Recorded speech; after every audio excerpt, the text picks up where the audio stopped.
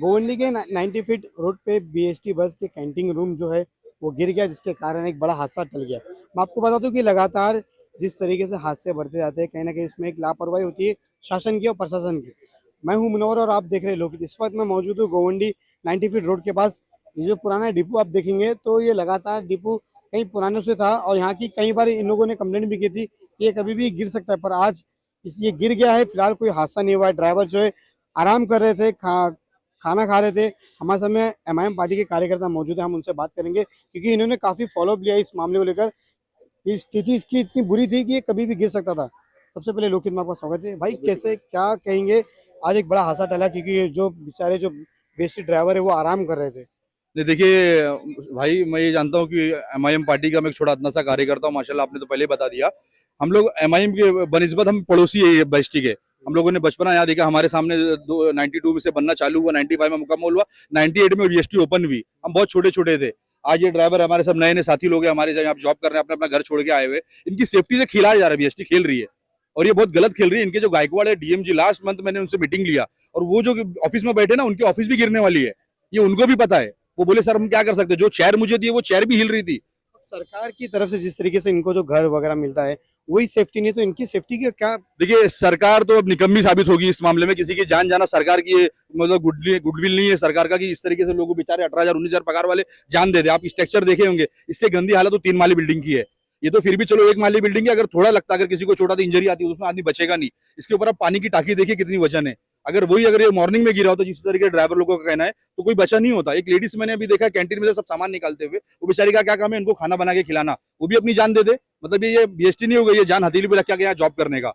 तो अभी जो इलेक्शन के बाद में एक कमेटी बैठी थी जिसमें एक एमआईएम का पार्टी के कार्यकर्ता फैसल भाई भी है, क्या लग रहा है वो इस मामले को लेकर कहाँ तक जाएंगे? नहीं देखिए, फैसल भाई के साथ ज्वाइंट मीटिंग मैंने ली थी क्योंकि हमारे कार्यकर्ता हमारे पार्टी के सीनियर कार्यकर्ता है और हम लोगों ने उनके थ्रू यही रखा था कि भाई बीएसटी में आप घुसे हो तो बीएसटी वालों को इस तरीके से हमको काम करना है कि गोंडी का नाम हर जगह हो जाए और आप भी यहाँ के लोकल हो। तो हम लोगों ने शुरुआत अपने डिपो से की। शुरुआत करने का मकसद ये था कि हम लोगों को लग रहा था कि हालत इसकी बहुत खराब है और हम बचपन से देख रहे हैं। अरे ये 98 में इसको ओपनिंग की है, 1989 में ओपनिंग की है। कुछ नहीं ना, इधर एक अंदर बंदा नहीं आता। ये रोड की हालत आप देख सकते हो, ये रोड की आप हालत देखो किस तरीके से रोड है। बीएसटी का रोड ऐसा होना चाहिए, डामर पिच होना चाहिए कि ड्राइवरों को आराम मिले। यहाँ ड्राइवर को ऐसा लगता है पथरी का इलाज कराने के लिए भेज दिया गया है।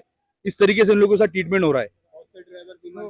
दादा क्या कहेंगे, आज बड़ा हादसा हुआ, इसको लेकर कहीं अगर आपकी जान चलाती या कुछ हो जाता तो इसका जिम्मेदार कौन होता फिर?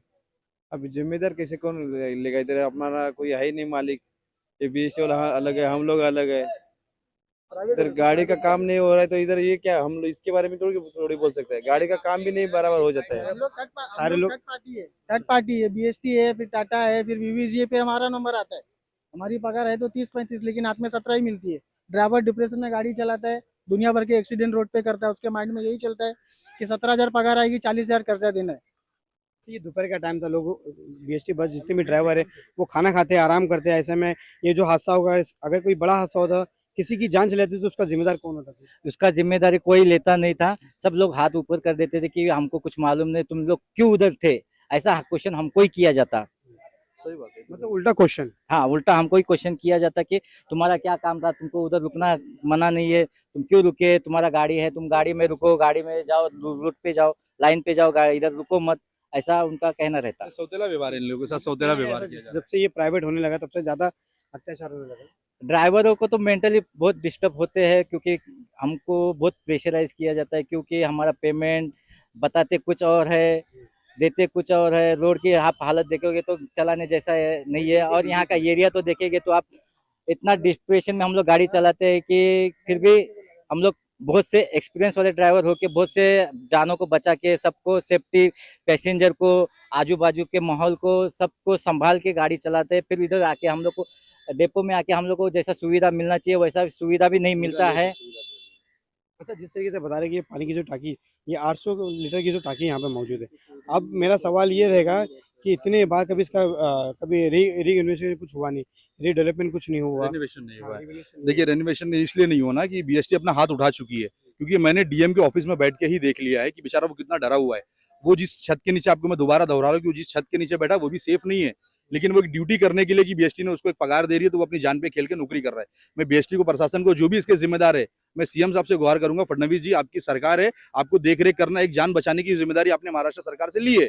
आपने शपथ ली है, और आज ये छोटे छोटे हादसे नहीं है, अगर ये डिप्रेशन में रहेंगे तो रोड पे एक्सीडेंट होंगे। आपने कल का ही हाल देख लिया दादर का, ड्राइवर किस कंडीशन में था।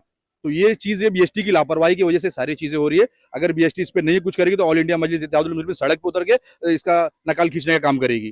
तो कहीं ना कहीं जिस तरीके से जो है लगातार एमआईएम पार्टी जो है आगे आती है लोगों के बीच में हादसे को लेकर, पर आज मैं आपको बता दूं कि ये जो हादसा का आप तस्वीर देखेंगे तो साफ तौर पे तस्वीर बता रही है कि जिस तरीके से जो ये मलबा गिरा है, ये करीब 50 से 60 साल पुराना ये डिपो है। पर सवाल उठ रहा है कि अगर इसका मेंटेनेंस हुआ हो, नहीं हो, अगर इसका जो मेंटेनेंस है अगर हुआ होता तो आज ये हादसा नहीं होता।